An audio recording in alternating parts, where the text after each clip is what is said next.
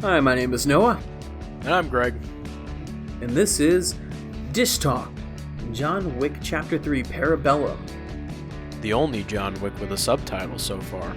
That is true, and kind of jarring, but I don't hate it. Neither do I. John Wick Chapter 4 better be called Genocide. Anyway, let's get right into it. Hi, this is Noah with no mic. Somehow, the tracks lost some of their stereo recordings, so I had to mix the whole podcast in mono. Sorry for the inconvenience. Hey Noah! Huh? Yeah. I found a fucking pencil. Oh. You want to see a trick I learned? No, I've seen The Dark Knight. Oh no, not that trick. I recently watched John Wick. Again. I love those movies.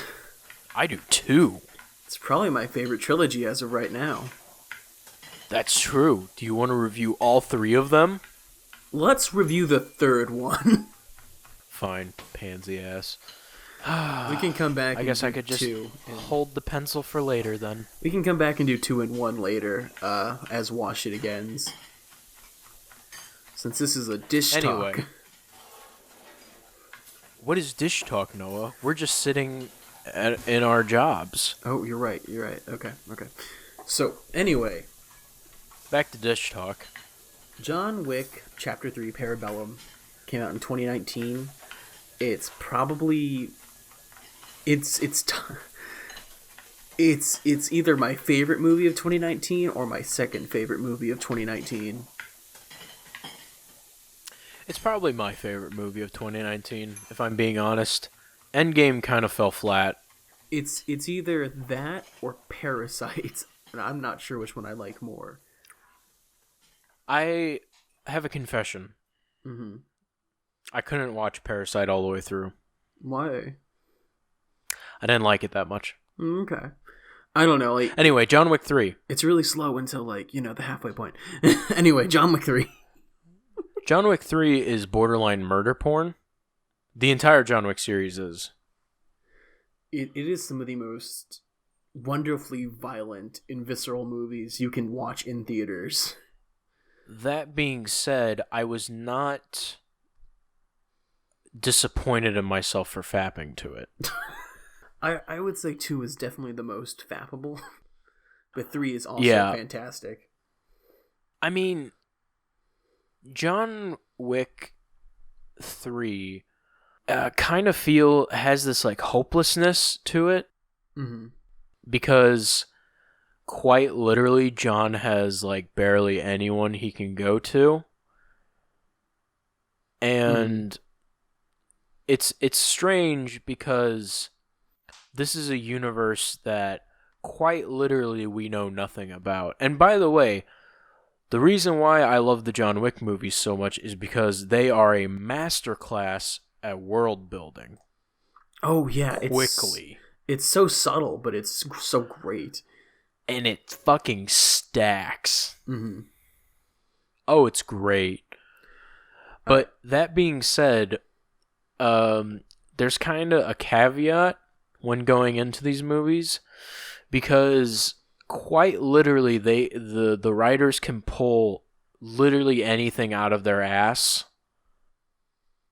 to help John Wick in a situation, and I will just clap like a fucking monkey. Oh, I'll accept just all the way through, because like, I will perfectly accept it. They're done that well, and like I love this franchise because it's an original concept and idea.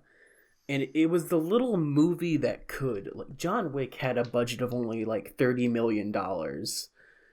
Like the original By the one. way, in a time period where originality is scarce. Mm-hmm. Like, it didn't like do super well in theaters, but apparently it did gangbusters and DVD rentals and word of mouth. And then 2 did amazing in the theaters. Yeah, it was the little franchise that could. It's really hard. It was really hard at first transitioning from Keanu Reeves in Bill and Ted to Keanu Reeves in John Wick. That's fair. However, once the transition was made, Keanu Reeves was the most terrifying person I've ever seen. I love how like he has videos of him actually training, and a lot of the stuff he does in the film he does in real life. Oh, Noah, remember when we saw the picture of John Wick on the horse? Yes. And we were freaking out? Yes, we did. Oh, that's great. John Wick riding a horse. Fuck yeah. Oh my god, it's so good. Okay, so I feel like these movies are going to be talked about in the future. Oh yeah, like as examples in cinema. As long as 4 and 5 are as solid as 1 through 3, which I have all the faith in them because they're staying with the same creative director in like the same cast. I think it's going to be like the most solid series of movies ever put into film, possibly. That is until someone makes a sexual harassment claim against Keanu Reeves. You shut your mouth. That man is a national treasure. I know. I would just be like, oh my god, who am I being sexually assaulted by? Oh, it's Keanu Reeves. Okay, so in order to really review John Wick, John Wick 3, we have to sort of just touch upon the first two because they just go right into each other. There are no breaks in between movies. This franchise has no need for your time skips. Yeah, in the future there probably is going to just be a one-shot copy of all the John Wick movies because they quite literally are continuous.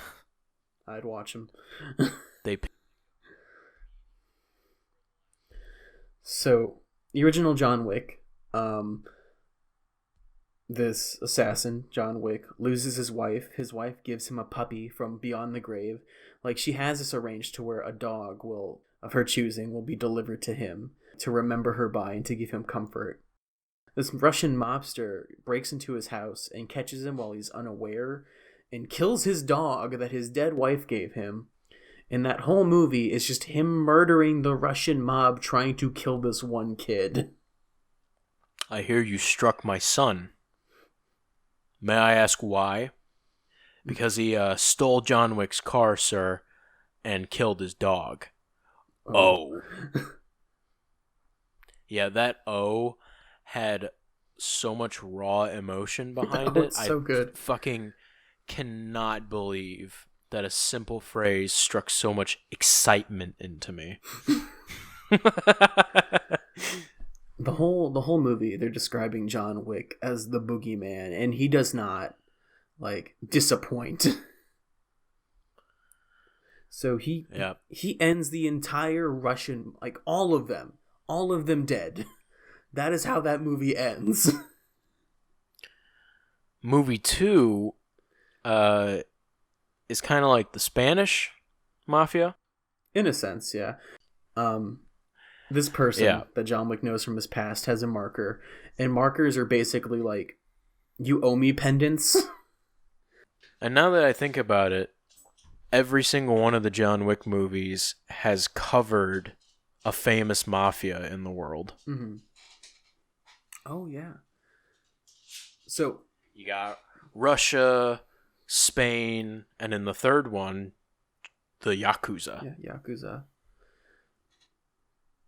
But yeah, and so he calls upon John Wick's assistants to kill his sister, the man who he owes a favor. Yeah, because he wants her seat at the high table, which is pretty much in charge of this assassin underworld.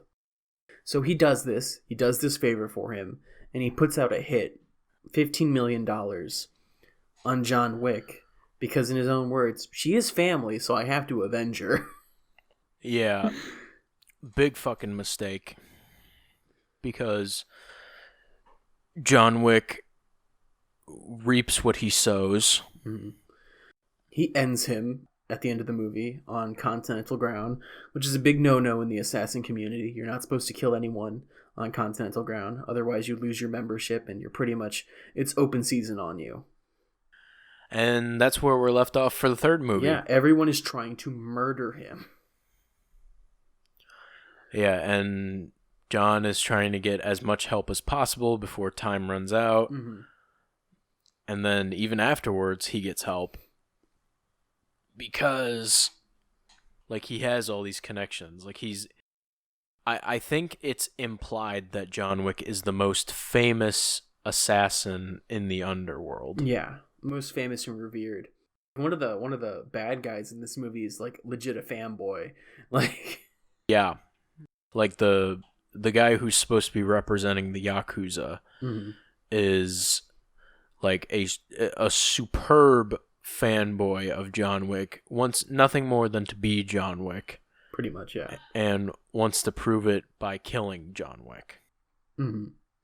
This movie, the way it paces itself is fantastic because it's the first scene is just brutal action and death. And then we have perpetually nighttime, by the way, in this movie. Except for the desert. Oh yeah, that's right. It's excellently well paced. There's an action scene, and then you have a moment of quiet and rest, and then it jumps right back into an action scene. It gives you enough time to collect yourself before it wants to blow your mind again. Now, that being said, I wasn't as impressed with the combat in John Wick 3 as I was in John Wick 2. That's fair. Except for maybe the fight with Halle Berry and her dogs. Oh yeah, that was pretty great. That's not saying that the choreography in this movie is bad. No, this is fucking fantastic. Oh yeah. Like, there are no janky quick cuts. Everything looks brutal and real. Like, there's no shaky cam. Like, you see everything that's happening, and it's almost like an intricate dance how everything moves. It's fantastic. Yeah. And, like, they somehow make pistols feel like melee weapons. Yes. Because he's literally using it to, like, shoot someone's foot or, like, arm to get them to reveal a critical point of their body so he can shoot them in the head. Yes. And it's kind of genius. Or, like, sometimes he just runs out of ammo and has to wail on them with it. And I like how this movie, in all its insanity, likes to have some sort of grounding. Like, everyone runs out of ammo.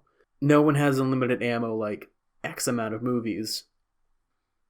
Injuries last and they hurt. Probably my only critique of this movie that's extremely negative is the Ancient One isn't very ancient. I think that's just his title, but I could be wrong. Yeah. Is that the actor who plays Mando? No, I don't think so. But he just seems so young, and like, how did this fucking kid become the one above the table? See, it's always weird because they reference him as the one above the table and the leader of the table, so it makes me feel like maybe he's the head one, but I don't know. He's also some pasty white guy in, like... anyway. You still there, Noah? Yes, I am still here. I'm looking up things. Okay. The actor who plays him is Sahid I can't pronounce that. I'm not going to even try. That'll just end in failure and sadness. And us getting canceled. That is true. Anyway, we're jumping around a lot. Yeah. I'm assuming everyone's seen this movie to a certain extent and just wants to hear our praises about it. Well, I mean, it's hard to say because this movie is nothing but praise. Yeah, that's and it's fair. Nothing but action. It has its slow moments, it has its world building, but everything is there to serve the action and get you to the next plot point. Like, there is no filler in this. Oh my god, I remember watching this the first time, and the lady was like, I'm an adjudicator. And I was like, fuck, there's another title that they just whip out like it's a fat fucking penis just onto the stage. Her little coin that she has. And I'm just like, I want someone to murder her. I want to have one of those coins, honestly. That's fair. There was a That would be special a edition. cool little piece of memorabilia. There was a special edition of the second movie where you could get a gold coin. A marker? Yeah, no, well, maybe. A gold coin. Yeah, a gold coin, but I never picked it up. And it's very vague what the value of those coins are. Mm-hmm. Which is fine. It doesn't really matter. The world building serves the film, not the other way around. Yes, that is very true. This is also the movie where we learn about John Wick's past, like before Yeah. he was an assassin, like where he came from, what his training was, and his real name is Giardoni Da Vinci. Yes. But it's interesting It's seeing great. all of that. And he's from the Dominican Republic. I like how you have that building with, like, I have a ticket. I have a ticket, and it's a fucking cross. Yes, that they brand him with. Yeah. Just brutal. They have, like, these next to meaningless words for things in this movie that actually are symbols of such a greater thing. Mm-hmm. Like, as you said, he called it a ticket, but it's a giant gold rosary that she tears and they brand him with it. Even the adjudicator calls it a ticket. Like, that's not just what they call it. Oh, yeah, that's right. Like, a ticket does It's crazy. Yeah, a ticket does not override the high table. It's so bizarre. It's wild. It's so wild. And then there's such a profound respect for one another, the assassins in these movies, because you have who's the big dude that tried to kill John at the beginning of this movie? Oh, I don't remember his name, but I just like how John's like, "Are you sure this is what you want to do?" Yeah. And he's like, "I still have time. 10 minutes. Who will know?" And that's true. And then he kills him with a book. Oh, that's a great scene. Yeah. But no scene of that, like the respect level. Like, everything in this world is about respecting the high table and serving under them. It's so interesting how everything wields together. On, like, the terms of respect, I don't think any scene beats out when John talked to Francis in the first movie, where he let him live. Yeah. The bodyguard outside the club. Oh, yeah. And he was like, "Why don't you take the night off, Francis?" And Francis doesn't even think about it. He takes his earpiece off and says, "Thank you, Mr. Wick." As if Jesus spared his life. Or in the first movie, how the cop shows up and he's like, "So you working again, John?" Oh, yeah. I'm just going through some Like, stuff. even the cop knows what's up. Okay. He just walks away. I feel like in this universe, if you run into John Wick and survive, I feel like most people would say it's divine intervention.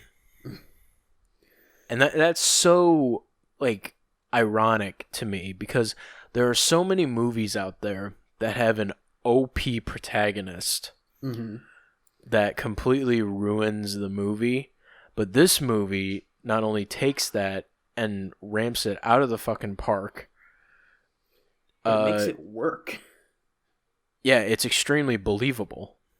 Like, if you took this script and you showed it to me like 10 years ago, and I looked at it and I would just be like, "This is fucking dumb." Like, where's the suspense? And then I watch the movie and I literally feel my brain enlarging by several sizes as my mind's eye is opened to the realm of possibilities. Because, like, John Wick is extremely powerful, but he does have help in a lot of things that he does.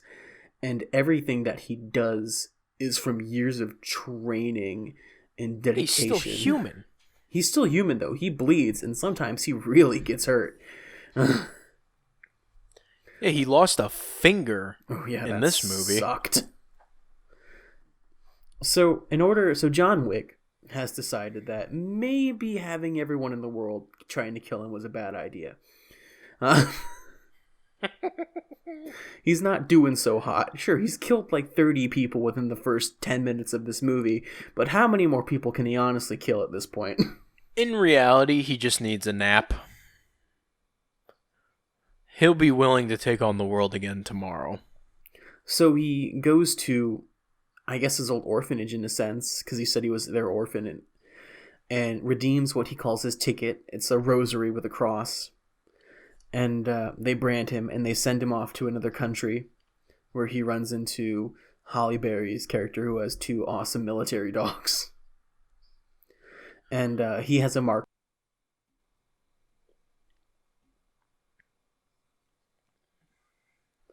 Because he helped her with her daughter, getting her out. Yeah, the alleyway scene where they're trying to kill John Wick, and the guy comes out and he says, "Mr. Wick."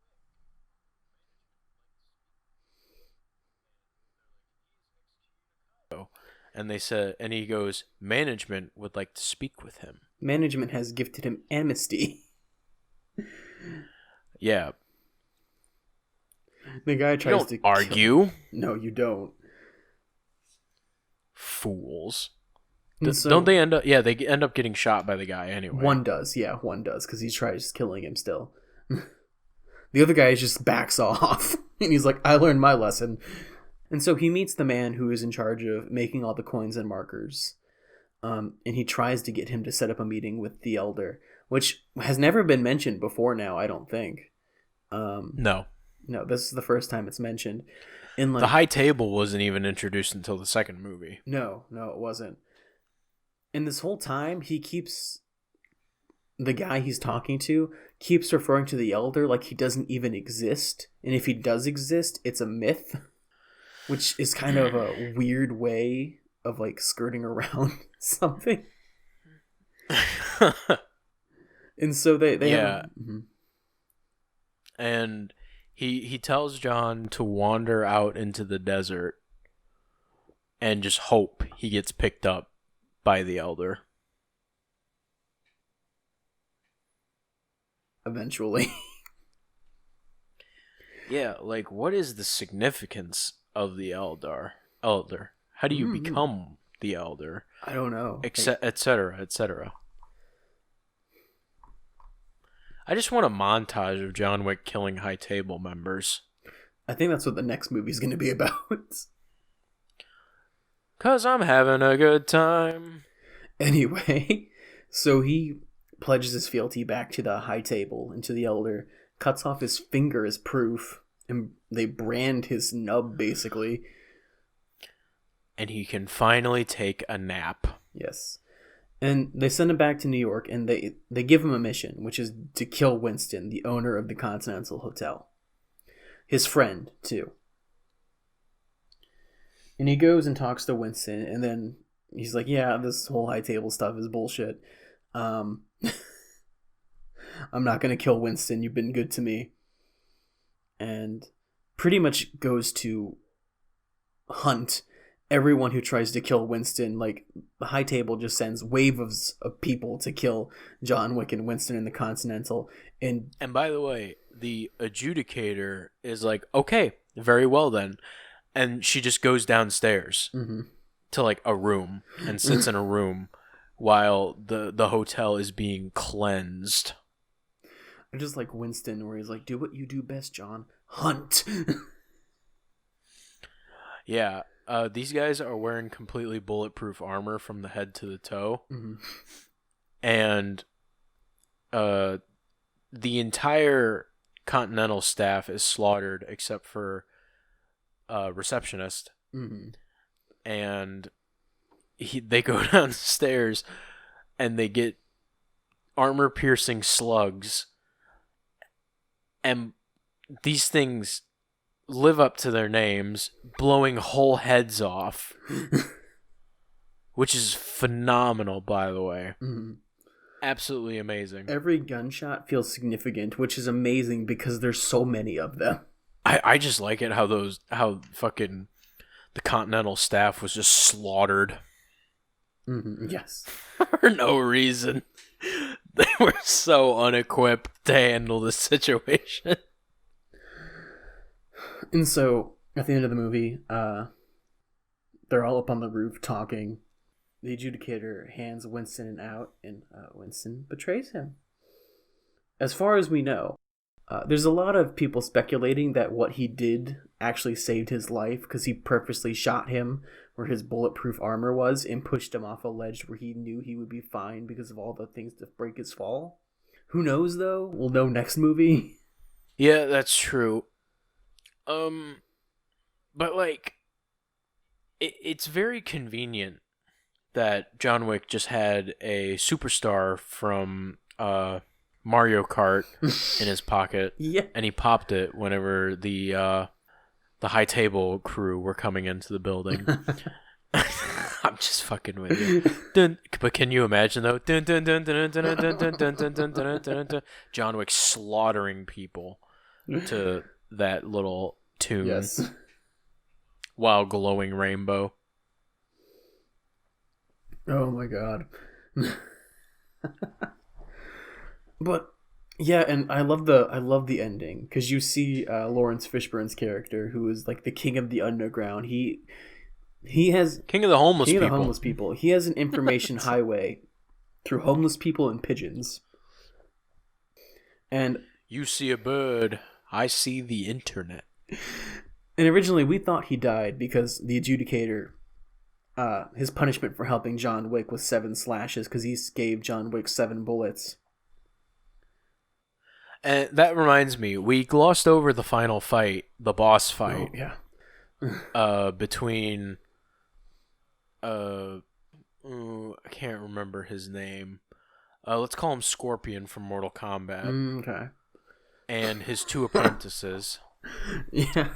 So the 2 apprentices are so happy and excited to be fighting John Wick that every time they knock John Wick down on his ass, they let him get back up. And then eventually John takes off his belt, which activates power mode. That sealed his power away, the belt. It nerfed him in some way because the belt was able to fight katanas. Yes. And those 2 samurai warriors were useless. They were being made fun of by John. John was making a mockery out of them. Yeah, it's one of those things where you're like, is he playing them? Because you don't know sometimes. And that's like talking about like the whole respect thing amongst the assassins because John Wick lets them live. Yes, he does. Which is funny because I wonder why he let them live. Because he literally killed everyone else. Mm-hmm. Including the other boss fight from the first 2 movies. No. I forget what the girl's name. No, he doesn't kill her. He does the same thing to where he's like, hold down pressure on this and you'll be fine. No, he does that to the guy. Oh, the girl he just stabs and leaves her. Mm-hmm. So I think it's implied that she bleeds out. It's possible. Because she goes, be seeing you, and he says, sure. I don't know, maybe she'll come back in John Wick 5. Oh, yeah. And when John defeats Scorpion, mm-hmm. He's kneeling there. He's like, I'll catch up to you, John, when he's clearly bleeding out and dying. He's so delusional that he's going to get back up and re-challenge John Wick, Baba Yaga. I like how he's like, I'm not even mad. Imagine being happy that you died to your hero. Like, that's exactly how he wanted to die. He's on the face first on the floor. This is great. And the ending shot, which is by far one of my favorite shots, is when you see King of the Homeless on his throne still, sipping a Fanta going, John, let me ask you something. Are you mad, John? Yeah. And then credits. Yeah, so I'm really excited because I think the next movie isn't going to be John running away from things. It's going to be things running away from John. Yes, I agree. It's going to be everything running away from John, too. Mm-hmm. John is going to go on a hunting spree. Absolute open season on every assassin he comes across. And they won't even see him coming. I think it would be funny if by the end of the series it's implied that John Wick toppled the entire mafia. I'm sure that's what's going to happen. Either he's going to topple them all and he's going to sit at the high table by himself, or he's going to die there. Like, it's one of those two. The hero we needed. In either that way, we didn't know we deserved. With either one of those endings, it's going to be satisfying. He's just going to be surrounded by a mountain of bodies. I mean, like, come on. Like, Baba Yaga unleashed. It's a great movie. It's great filmmaking. Everything is, like, nice and practical, and, like, there's great martial arts. Which is surprising because the premise is so simple. Mm-hmm. And I think it's poetic to think that a movie can be so amazing, and yet it doesn't have to be part of, like, some grand scheme. Mm-hmm. Or it doesn't have to have, literally every element of filmmaking available. It doesn't need to have a super climax or anything. Mm-hmm. It doesn't even need a MacGuffin, really. Yeah. Like, half the time, John is just out to kill things. Mm-hmm. Like, as an audience, you don't really know that much about John Wick. A lot of things are implied, and you learn a few things about him, but, like, at the end of the day, you root for him just because, like, you understand his plight. Oh, yeah. This reminds me... So this series, when it comes to storytelling, reminds me a lot of Dark Souls, like the video game. Because I don't know if you've played them, but essentially the story of Dark Souls has to be inferred by the player. You have to do your own research because every item in the game has its own description, and those descriptions give hints and clues about what's happened, what's going on, what's going to happen, and what's currently happening far away. And you can use this information to piece together different theories. And I feel like that's what these movies do. It's a bit less of detective work, though, because it's a movie and it's being told to you rather than you discovering it. Mm-hmm. Like, it's not a movie where it's like... There are definitely, like, some dumb action movies, like The Expendables and things like that, but this movie doesn't talk down to you. It understands that you are a competent person and you will be able to follow this movie, which is nice for an action movie because so many action movies treat you like you're an idiot. That is very true, actually. What was an... There was another super action-y movie about, like, borderline superhuman person murdering a bunch of people. Hardcore Henry. Hardcore Henry. I didn't see it, but I definitely saw mixed reactions to the movie. Everyone who saw it, and I saw most of it. I had to stop watching for some of it because it made me a bit motion sick. Hey, I'm gonna be honest. Like, it was an interesting concept, but it definitely didn't care if you were smart. it definitely didn't care about that. But essentially, it's kind of the same premise. Yeah. Mm-hmm. And Henry is a super hardcore badass that's able to murder fucking trillions if he wants. But John Wick just does it so much better. And I actually give a shit about John. Yeah, you do. You really do. Him and his dog. Because he gets a new dog at the end of the first movie, which he just calls Dog. Dog is a fantastic character. and dog loves him so much. And like John Wick has such a nice, unique style. Like it's neo-noir, but it's not trying to be cyberpunk, and it's not trying to be like an old detective movie. It's its own unique thing. Because like usually when people do neo-noir, it's always cyberpunk. Like hell, like Cyberpunk 2077 just came out, and like Blade Runner and those type of things. But no, it goes about it a completely different way. Yeah. I definitely agree with you there.